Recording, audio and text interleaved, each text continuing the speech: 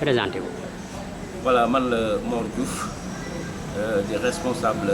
politique ci Thiès Ouest mais ci fédération nationale des cadres libéraux. Je suis le président de la commission agriculture et élevage ci des fédérations bii nga xam ne nag moom la ñu teg ci Thiès fan yi di suñu jiitu frère Mouhamad Lamine Massali. Je suis nommé le secrétaire général de la fédération urbaine de Thiès. léegi bon fan yi moom dégg nañu ay yëngu-yëngu seen ci PDS am ñoo xam ne dégg nañ ni fekk nañ Talla Sylla loolu mbir ma nan la demee. waaw loolu nag quand même xam nga jusqu'à présent gars yi ñu ngi koy xumtoo mais li ñuy wax rek maanaam yàgg moom bawul dara waxoon naa ko ci interview yi jiitu wax naa leen ne ñi nga xam ne tey nañ fi nekk di bubboo PDS te PDS taxu leen a jóg ñu nekk ci Thiès fii on va les traquer on va les démasquer on va les poursuivre ñoom ñëpp nañ leen feeñal ba ñu xam ne ñii maanaam seen bopp moo leen tax a jóg mais liggéeyuñu pour PDS. Je pense que nag masque yi mi ngi commencé di feeñ ak mouvement bi nga xam ne mooy fal askan bi te suñu frère suñu xarit monsieur le maire Talla Sylla jiite. waaw ñooñu na gën a leer tuuti ñan ak ñan la ñan nga bëgg a wax foofu. c'est-à-dire que bon xam nga maanaam ñun lu ñuy wax sax du caagi nag dañ ciy nëbbatu wala dara xam nga ku nekk xam na ñi nga xam ne ñoom lañ tuddee les trois mousquetaires xam nañ seen dox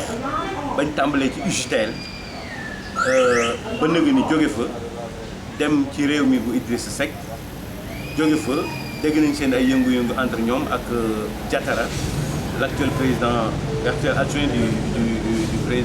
du président du conseil départemental muy monsieur notre frère Diatara ku ne dégg na seen yëngu ak moom ak seen diggante ak Idrissa Seck donc loolu aussi ba mu jeexee ñam nañ dem nañu maanaam seeti monsieur Karim Wade kooku aussi dégg nañ leen tey nag ñu retourné dellusiwaat nañ PDS bi ñu dellusiwaatee PDS aussi du jaagi nag dañ doon liggéeyal PDS non parce que kuréel yi fii PDS samp yëpp ñoom dañ ko xeex te mësuñu ko nangu ñu ngi commencé par exemple ci bi ñu nommé suñu frère Omar Sarr comme coordonnateur adjoint gis nañ génn bi ñu génn ñoom seen bopp taxaw na ñoom reconnaître uñ ko àndu jóg ak moom te duñ ko reconnaître tey duñ ko reconnaître ëllëg mu mel ne kon maanaam ñoom dafa mel ne seen bopp rek la ñu fi nekkal di liggéey mais liggéeyuñu pour parti bi alors loolu bi mu amee nag ñoom personnellement dañoo dem retourné waat ñu ñenn ñi nga xam ne PDS ñoom ñoo leen investir ñu jël mandat PDS au lieu ñu utiliser ko pour le compte du PDS n'est-ce pas pour la massification du PDS pour dimbalee ko maanaam ñi nga xam ne tey ñooy militants yi nga xam ne ils sont nécessités ci parti bi non defuñu ko je pense que dañ ko utiliser à d'autres fins mooy maanaam dem di dundal beneen parti di dundal beneen mouvement politique ñu ñëpp tey boobu dañ ko doon xóomtoo parce que xamuñu woon ni mu demee ñi ñaa ngi ko doon wax ci suuf waaye tey defe naa ne carte gi mi ngi gën a leer parce que gis nañ Talla Sylla heure boo xamante ni maanaam woote na muy place Agora muy bi muy lancé carte yi ñoom ñi nga xam ne tey ñoo doon booboo PDS dañ leen di gis aux avant-postes ñoom ñooy nekk dans les tables d'honneur sur les tables d'honneur ñoom ñooy dend ak moom am na ci ñoo xam ne sax il paraîtrait que ñoom ñooy porte-parole am di ko waxal kon léegi mbir mi je pense que ni de plus en plus mi ngi gën a leer te suñ demee ba ci kanam les masques vont tomber davantage. et je crois que su boobaa. ñun la ñu waxoon ak alerte bañ defoon. dinañ ci am trop réconfort parce que xamoon nañ ne maanaam ñii. tey jóguñu woon maanaam pour liggéeyal le parti démocratique sénégalais mais dañ fi nekkaloon benn kuréel muy kuréelu fal askan wi di Talla Sylla. c'est bonne guerre parce que xëy na peut-être comme c'est leur patron parce que ñenn ñi nommé na leen ay officiers d'état civil ñi ngi fii ay xëy na peut-être am na ñu nommé pour des responsables pour les grands travaux. am na aussi ñu nommé par exemple pour les affaires religieuses. donc ñooñu ñëpp gis nañ leen fi tey même su dee leur patron je pense qu'ils devaient garder leur dignité taxaw xam ne ñoom c'est des PDS su dee li ñu doon wax ñu ci ñoom mais xalaat nañ ne maanaam xëy na lañ doon def dañu ko gëmul loolu moo tax xëy na tey ils se sont retrouvés quand même ils ont à nu devant le fait accompli mu leer nañu tey ñu xam ne ñii kat lañ waxoon tey nekk lu ñu fi PDS mais dëgg Talla Sylla lañ fi nekkal donc li leen dese rek mooy maanaam jënd carte fal askan wi dem militer ji maanaam ci fal askan wi bàyyi ñu ak suñu parti ñun ñu liggéey ko comme ça massifier ko ñun ñi nga xam ne parti démocratique sénégalais rek moo ñu def. mais Talla Sylla mouvement la yore mouvement ku mu neex bokk ci bokkul ak parti PDS parti la. d'accord Talla Sylla mouvement la ñoom su leen neexee mun nga bokk ci parti dem bokk ci mouvement. non mais nag ñun loolu suñu ay statut ak suñu règlement intérieur daf ko tere. da ko tere ñun à chaque fois que tu sois en accointance avec quand même l'adversaire ñun kooku parti bi daf la dàq d'ailleurs yow sax yaa dàq sa bopp loolu ñoom suñu xoolee statut ak règlement yi xam nañ ne c'est pas compatible mënuñu par exemple bokk ci mouvement boo xam ne su xëyee day xeex parti bi su xëyee day saaga parti bi su xëyee day saaga suñu secrétaire général su xëyee day xeex suñu secrétaire général ak suñu candidat ñu taxaw maanaam nga ne kooku da ngay ànd ak moom ci mouvement wala bëgg da nga ànd ak moom non loolu je pense que ne naxaate la te nit ñi léegi romb nañ fi ñu leen di naxee je pense que il faut être audacieux sooy def choix da ngay def choix sans pour autant nga tricher def ko correctement nit ñi xam fi nga féete quoi parce que ragal féete je pense que dafay xañ wërsëg kooku wala fu ma ko wax quoi. il faut être audacieux. waaw d'accord bon léegi weesu nañ foofu léegi amoon na marche le 14 marche bu metti sax marche boobu yow nañ ko expliquer est-ce que demoon nga marche. waaw avant may agsi ci marche bi nga may ma tuuti rek ma gën a fàttaliwaat nit ñi que ne actuellement Thiès ñun ñi ngi dox ci fédération urbaine donc fédération urbaine boobu teg nañ ko ñu ngi fab suñu frère Mamadou Lamine Masselé waxoon naa ko léegi ci ginnaaw moom moo nekk ci bopp bi teg nañ ko mi ngi doxal teg na ay perspectives am nommé nañu par exemple les vice-présidents nommé nañu le secrétaire général mi ngi liggéey ci bureau bi pour ñu placer ko donc mi ngi dox ñun ñu ko placé ñi ngi ànd ak moom di liggéey je pense que ne comme ni ñu ko waxee woon c'est pas quelque chose qu'on lui a donné sur un plateau d'or dañ ko jox simplement parce que xam nañ ne mérité na ko am nañ yaakaar ci moom et on l'attend au tournant parce que on va évaluer suñ toogee fii ak temps su fekkee ne par exemple évaluer nañ yaakaar naa ne on souhaiterait quand même que mu nekk ci li nga xam ne mooy yoon wi ñu ko tegaloon je pense que ne loolu aussi jar na préciser pour xam ne actuellement Thiès mi ngi dox ci fédération urbaine boo xam ne coordination yëpp ànd nañ ci bokk ànd nañ ci d'accord. PDS voilà ci PDS. waaw bon leneen li nga xam ne marche bi effectivement marche bi mën naa ne ñun ñoo fa njëkk d'ailleurs ñun sax nous sommes allés au mauvais moment parce que départ nañ fii avec une forte délégation avec des jeunes avec des femmes avec des tous les responsables ñu suñu oto def suñu ay provisions bi ñu demee ñi nga daloon ci kër chef de quartier bu cité Cap-Verdienne ci buntu këram lañ daf bi ñu defee suñuy xéwal ba pare après dañoo dem ci marche bi malheureusement bi ñu agsee dañoo taseeg maanaam marche bi def mouvement de foule ñu départ Obélisque ñun ñu taseeg moom donc suñu taseeg ñoom automatiquement ñu bifurqué dëpp ñun dañuy nekk en tête de pont loolu moo xaw a désavantagé wala même boog avantagé parce que nous étions tous engagés pour faire la marche loolu ñun moo ñu xaw a exposé ñun waa Thiès parce que dañoo retourné nekk nag léegi en tête de pont en tête de peloton comme ni ñu koy waxee ñu jiitu nag daal di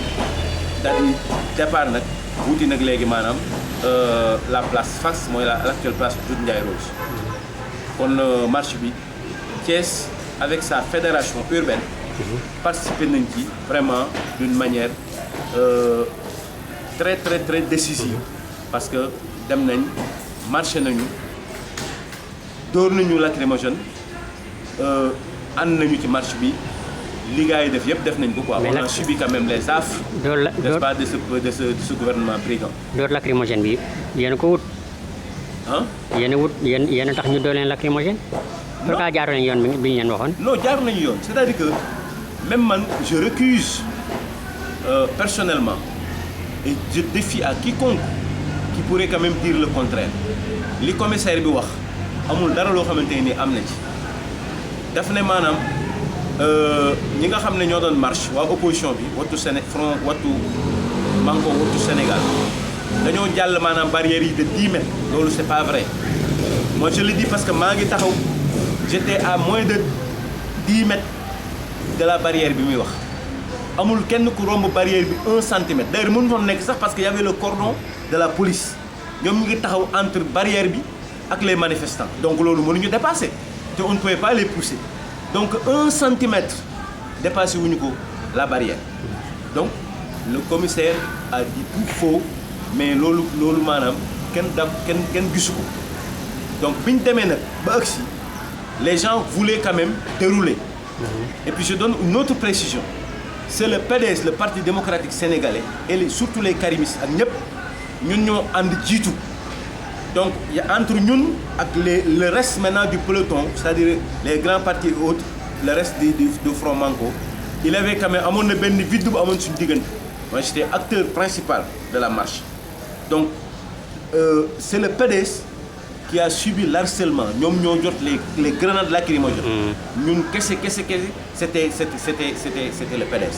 donc lii le commissaire wax ne maanaam dépassé nañu ko amul simplement parce qu'ils ont voulu quand même charger les gens ils ont voulu quand même nit ñi bari nañu les gens commencé tout le monde ça traînait un grand flou dégg nga ñëpp commencé di ñëw ñu xalaat ne maanaam à la longue ils pourront pas contenir cette foule là alors léegi nag automatiquement moo tax gars yi daal di charger lancer lacrymogène yi comme ça alors c'était vraiment un tohu-bohu c'était disons un spectacle indescriptible quoi vraiment très ignoble aussi parce qu'on avait quand même il se souciait pas des femmes âgées il se souciait pas quand même des vieux ni les enfants da nga ñëpp quand même xalaatuñu ko woon amoon na ay mag amoon na ay jigéen amoon na ay xale te grenades yi ñu sànni kooku vraiment il faut le dire est-ce que grenades yooyu c'est des grenades ordinaires moi je pense que grenades yooyu je pense que ne est-ce que c'est pas des grenades antiterroristes c'est des grenades yoo xam ne moom la ñu utiliser pour les attaques je pense que su fekkente ne même grenades yi c'est pas bokkul ak les grenades de première génération yi nga xam ne ñun moom lañ amoon habitude di am nga xam ne suñ la ko sànnee soo xeeñee ndox rek wala nga jël mouchoir daf ko si bakkan mu jeex mais kii normalement li ci gën a dangereux mooy suñ la ko sànnee soo sëlmoo sax tu aggraves la situation donc dafay gën a mel ne dañ la xëpp kaani wala la sa kanam dafay lakk donc loolu aussi vraiment on le dénonce parce que dans un pays vraiment dans une démocratie le Sénégal je pense que ne àgguñu maanaam ci boobu état donc ba nga xam ne war nañu indi des armes pareilles pour di ko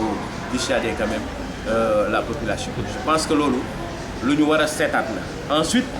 ñi nga xam ne aussi ñoo ko doon sànni vraiment man à mon avis personnel je les ai bien approchés mais je doute même de leur sénégalité mooy alkaati yi est-ce que maanaam ñooñu ay sénégalais lañu réellement parce que sénégalais soo xoolee de vue visage am di nga ko xam loolu nag man personnellement je suis très nuancé là-dessus mënuma gëm ne sax maanaam ay sénégalais ñoom lañ sololoon pour mu jëm xam nga nag avec ce gouvernement là moom il faut s'attendre à tout parce que ñoom comme ay dañoo cuune dañoo tële c'est un gouvernement de brigands alors ñoom tout le temps ils se soucient tout simplement de leur sécurité mais pas du développement du pays pas dans le côté économique amul benn côté boo xam ne arrangé na leen wala lu ñu loo xam ne xalaat nañ simplement suñu xëyee du matin au soir dégg nga de la nuit ba bët set jusqu'à l'aube lii seen problème rek mooy la sécurité ce qui les sécurise mais loolu nag c'est peine perdue parce que déjà population bi won na leen ginnaaw ñëpp won nañ leen ginnaaw je crois que 2017 ak 2019 soreetul je pense que su loolu ñëwee on va se débarrasser de ce gouvernement là une fois pour le Sénégal am jàmm. li ma lay laaj sax mooy marche bi lan moo ko indi lu tax ngeen marche lan moo waral marche bi. non marche bi d'abord ñetti côté moo ko indi benn bi c'était simplement pour que démocratie bi nga xam ne dafa doon aada fii ci Sénégal ay suñuy maam suñuy baay ak ñun ñi suñuy rakk ak suñuy mag ñëpp taxaw xeex ko ba teg ko fi moom mi nga xam ne tey moo jiite réew mi bokkoon na ci ñi doon xeex archives yi ñi ngi fi loolu mu jël xëy tey suba ne da koy bafoué loolu li gën a tax ñu def marche bi ci la bokk parce que kenn ku ne gis na maanaam ni nga xam ne noonu la ñuy manipuler le fichier électoral dans un souci tout simplement d'avoir un deuxième mandat wala de faire une fraude électorale. mais façon wax yooyu yàgg nañ ko fi wax. mais yàgg nañ ko fi wax mais loolu quand même. jamono Abdou Diouf wax nañ ko fi jamono Abdoulaye Wade wax nañ ko fi. les gens même ils le faisaient d'une manière diplomatique. mais ñi dañ koy def du maa tey kenn ku ne gis na ministre de l'intérieur ni muy def nous avons vu des rumeurs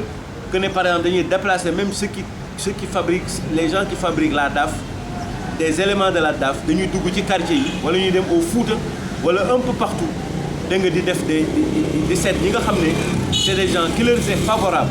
ñu jël leen di leen defal ay carte d'identité ñi nga xam ne favorable leen non seulement dañu leen di bloquer mais carte d'identité yi nga xam ne moom la ñu amoon sax ñu nekk en souffrance dañu koy trier di ko bloquer pour ñoom ñu bañ a voter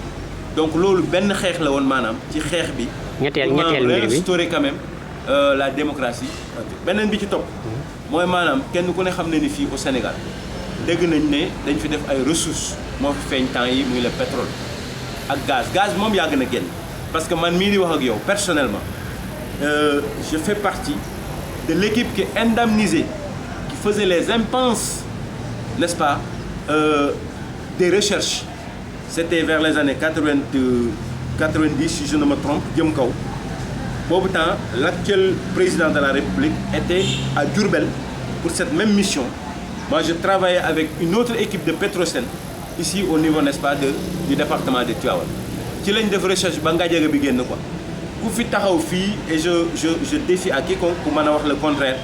li ko dalee Ngadiaga ba ngay dem Morolan ba Floum kuñ fi indemniser man maa ko indemniser quoi donc avec Petrosen. boobu lan moo ko feeñal donc loolu man xam naa maanaam lan moo ci nekk. bi gaz bi génne aussi le gaz de Ngadiaga jusqu'à présent depuis cette date ba fii ma la koy waxee def nañu raccordement mu jaar maanaam dans les champs de bët Sénégal continue Dakar donc raccordement boobu ba léegi depuis bi ñu gisee gaz boobu ba léegi mi ngi ci mi ngi fiy am te ñu ngi koy soog a wax ren kooku mooy benn bi ko ñaareel mooy par exemple pétrole bi nga xam ne wax nañ ne génn na fi quoi. 90 kan moo fi nekkoon. mais 90 boobu temps y avait Abdou Diouf. Abdou Diouf waaw mais mosu ko wax. justement mosu ko wax. mais Abdoulaye Wade waxu de moom tamit. Abdoulaye Wade également mosu ko wax d'accord. waaw mais xëy na peut-être ñooñu loolu moo tax ñu jëlee leen fi. waaw donc kii bi mu ñëwee dafa wax ne maanaam léegi moom dafay indiwaat beneen façon. beneen façon doxalin. beneen façon doxalin donc je pense que loolu ñun dañ ko doon séntu pour su ñëwee mu def beneen façon doxalin pour loolu nga xam ne fa la gars yi jaaroon moom mu bañ fa jaar. waaw gaz bi nan lañ fexee ba xam ni gaz am na fi.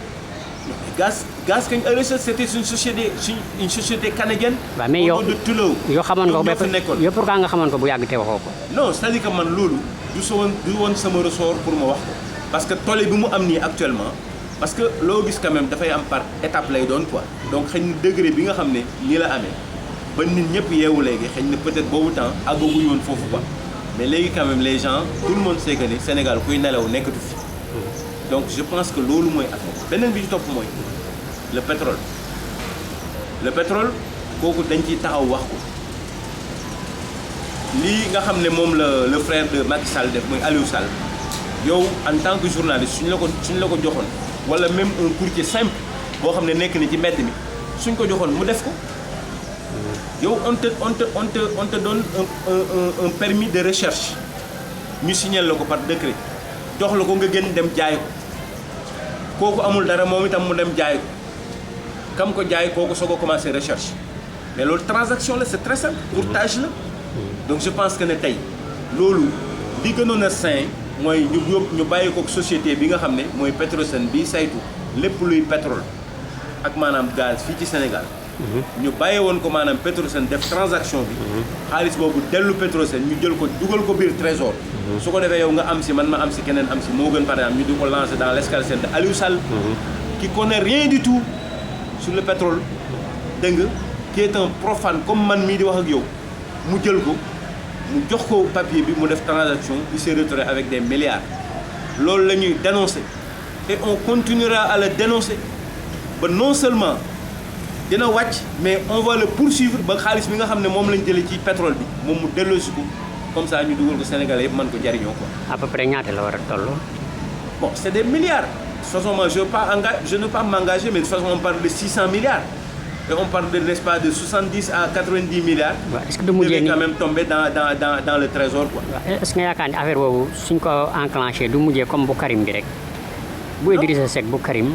nga xam ni kenn du gis dara. non c'est différent tu sais que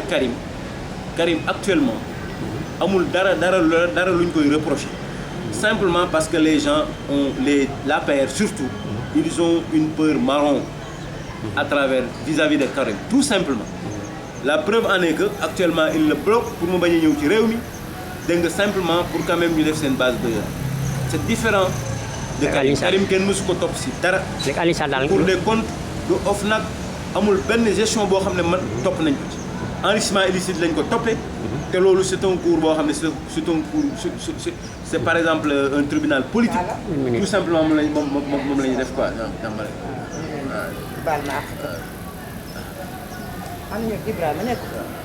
donc je pense que loolu mooy li nga xam ne par exemple loolu moo fi nekk quoi donc c'est totalement différent n'est-ce pas du cas de Karim qui c'est un cas de flagrant délit parce que dañu ko jël jàpp ko muy def fraude la main dans le sac son frère veut l'enrichir moo ko jox benn papier boo xam ne benn këyit kese la dégg nga ak décret mu jox ko autorisation loolu xam nañ ko daa nañ ko fi def avec les quotas de riz daa nañ ko def avec les quotas de riz qu'est-ce que tu fais da ngay dem ubbi benn société dégg nga écran dégg nga su ko defee soo ko ubbee très rapidement on te fait gagner par exemple 400 000 tonnes de riz alors qui prend la facture proforma nga yóbbu ko soo ko yóbboo c'est le fournisseur automatiquement il te verse 200 millions ou 300 millions. C'est du cotage. C'est simple. Donc c'est ci quota bi quoi. Donc c'est ce qui est exactement